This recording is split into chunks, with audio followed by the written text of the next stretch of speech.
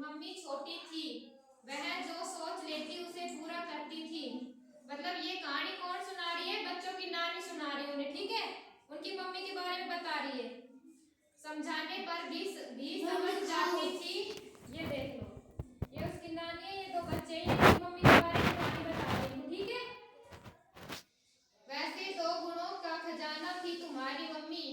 उनका जो सबसे अच्छा गुण था वह सदा सच बोलना था। कुछ भी बात उनकी पूछी जाती तो वह सदैव सत्य ही उत्तर देती थी। मोहल्ले के बच्चों की सच्चाई परखनी होती तो मम्मी पापा तुम्हारी मम्मी को बुलवाते और उनसे पूछते, उनका विश्वास करते थे। एक बार शहर में सर्कस लगा। मोहल्ले के लगभग सभी बच्चे सर्कस देखने आए और उनकी ही बातें करते थे। हम लोग सर्कस देखने नहीं जा पा रहे थे। एक दिन तुम्हारी मम्मी ने मुझसे कहा कि मम्मी हम लोग सर्कस देखने कब जाएंगे? मैंने कहा इस इतवार जरूर चलेंगे बेटा।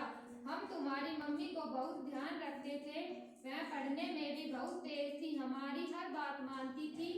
जैसा कि मैंने पहले कहा उसमें सारे अच्छे गुण थे, इसलिए हम भी उनका पूरा ख्याल रखते थे। अभी दिखा रहे हैं, ठीक है। मनोरंजन के लिए पार्क में, मेले में नाटक देखने जाते थे, ठीक है। देखो ये बच्चे हैं दोनों, ये इनकी नानी है, इनको बता रही है कि तुम्हारी मम्मी कैसी थी।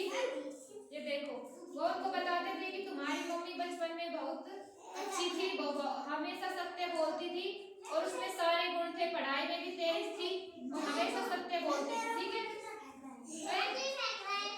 सीधे बोले अभी पहले पढ़ ले, समझ में आएगा फिर बताएंगे, ठीक है। इतवार आ गया। तुम्हारी मम्मी सुबह से ही बहुत खुश थी। शाम हुई तो हम सर्कस देखने गए। सर्कस के पंडाल को देखकर, एक मिनट रुक जाओ, देखकर ही उसकी खुशी का ठिकाना न रहा। हाथी, शेर, भालू आदि जानवरों को देखकर उसे बहुत मजा आ रहा था। हाथी का पूजा करना, प्रसाद चढ़ाना, घंटी बजाना, स्कूल चढ़कर, ये देखो ये सर्कस देखने जा रहे हैं तो ये जानवर देखे इसने, ठीक है। स्टूल, हाथी का स्टूल पर चढ़कर बैठना देखती ही रह गई। जोकर के करतब देखकर मैं हंस कर लोग खुश हो गई थी। ये हाथी स्टूल पर बैठा है, ठीक है, और ये सब सर्कस कर रहे हैं और ये देखने आई है अपनी मम्मी के साथ, ठीक है।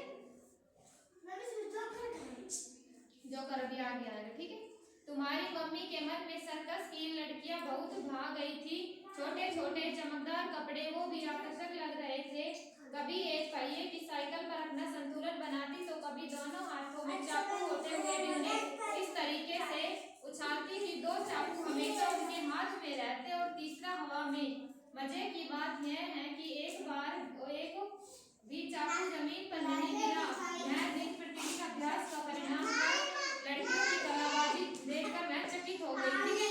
देखो ये लड़कियां ये साइकिल के पहिए पर खड़ी हो रही है, ठीक है, और चाकू से करतब अभी सुनूंगी देखो, ठीक है।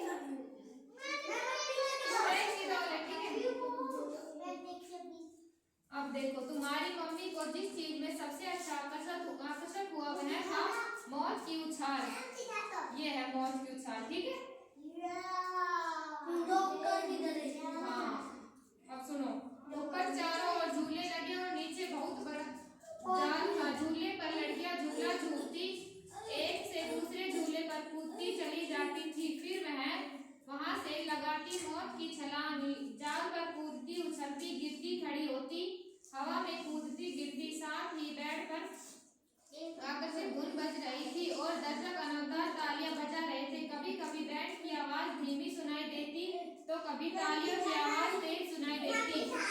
ये देखो ये सर्कस हो रहा है वहाँ पे, ठीक है, और वहाँ बैंड की आवाज बज रही, लेकिन कभी कभी तो तालियों की आवाज क्या है, चांद पे नहीं, शहर में सर्कस हो रहा है, ठीक है। नहीं ये तो वैसे दिखा रखे हैं, ठीक है। सर्कस हो रहा है तो वहाँ बैंड की आवाज बज रही, लेकिन कभी कभी तालियों की आवाज इतनी ज्यादा हो जाती थी कि वो बैंड की आवाज भी नहीं सुन पाती थी, ठीक है। घर आते समय तुम्हारी मम्मी बहुत खुश थी। वह सर्कस के विषय में ही बात करती रही, सबसे ज्यादा मौत की छलांग के बारे में। कभी पूछती, मम्मी वह दीदी इतना ऊपर से कूदती है, उसे डर नहीं लगता, उसे चोट भी नहीं लगती।